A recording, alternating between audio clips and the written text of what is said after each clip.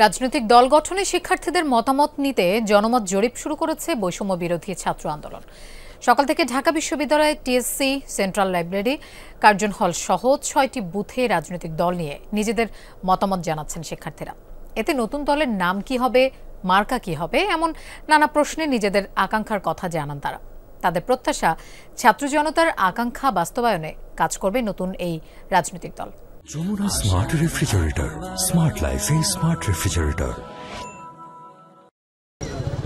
নতুন রাজনৈতিক দল গঠনে দেশব্যাপী আপনার চোখে নতুন বাংলাদেশ শীর্ষক জনমত জরিপ। বুধবার ক্যাম্পেইনের প্রথম দিন ঢাকা বিশ্ববিদ্যালয়ের ৬টি পয়েন্টে মতামত নেওয়া হয় শিক্ষার্থীদের।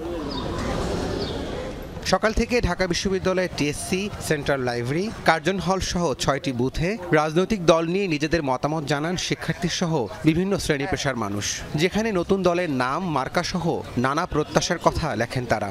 এই ফরমের ভিতরে যেই বিষয়গুলো তুলে ধরা হয়েছে, এগুলো যদি আসলে আমরা আমাদের চিন্তাটাকে আসলে ফরমটা দেওয়ার অর্থ হলো আপনাকে চিন্তা করতে হবে। আমরা সবাই নতুন দলের একটা প্রত্যাশা করছি, অবশ্যই সেটা ছাত্র জনতার মতামতের ভিত্তিতেই হবে। ইতিপূর্বে অন্য কোনো রাজনৈতিক দল মানুষের প্রত্যাশা আকাঙ্ক্ষা জানতে চেয়েছে কিনা আমি জানি না। সংগঠকরা বলছেন, রাজনৈতিক দল গঠনে গণ অভ্যুত্থানে অংশ নেওয়া শিক্ষার্থীদের ভালোই সাড়া পাচ্ছেন।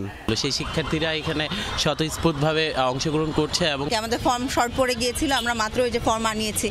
অনলাইন, অফলাইন দুই মাধ্যমে জনমত জরিপ চলছে জানিয়ে বৈষম্য বিরোধী ছাত্র আন্দোলনের আহ্বায়ক হাসনাত আবদুল্লাহ বলেন, সংস্কার শেষে নির্বাচন হলে তা গ্রহণযোগ্য হবে। বিদ্যমান ইনস্টিটিউশনগুলোকে আগের মতো অবস্থায় রেখে আমরা আবার একটি নির্বাচন দিই, সেই নির্বাচনটি গ্রহণযোগ্য হবে না, বা এই নির্বাচনটি কতটি মানুষের আস্থা অর্জন করতে পারে সেটি কিন্তু পরবর্তীতে প্রশ্নের মাত্রা একটু যোগ করবে। তো সেই জায়গা থেকে আমরা বারবার যেটি চেয়েছি সেটা হচ্ছে constitutional reformation and institutional reformation, যাতে করে ফ্রি, ফেয়ার অ্যান্ড পার্টিসিপেটরি একটা ইলেকশন হতে পারে। সপ্তাহব্যাপী ক্যাম্পেইনে বৃহস্পতিবার বেসরকারি বিশ্ববিদ্যালয়ের শিক্ষার্থীদের মতামত নেবে বৈষম্য বিরোধী ছাত্র আন্দোলন। রাব্বি সিদ্দিকী, যমুনা নিউজ, ঢাকা।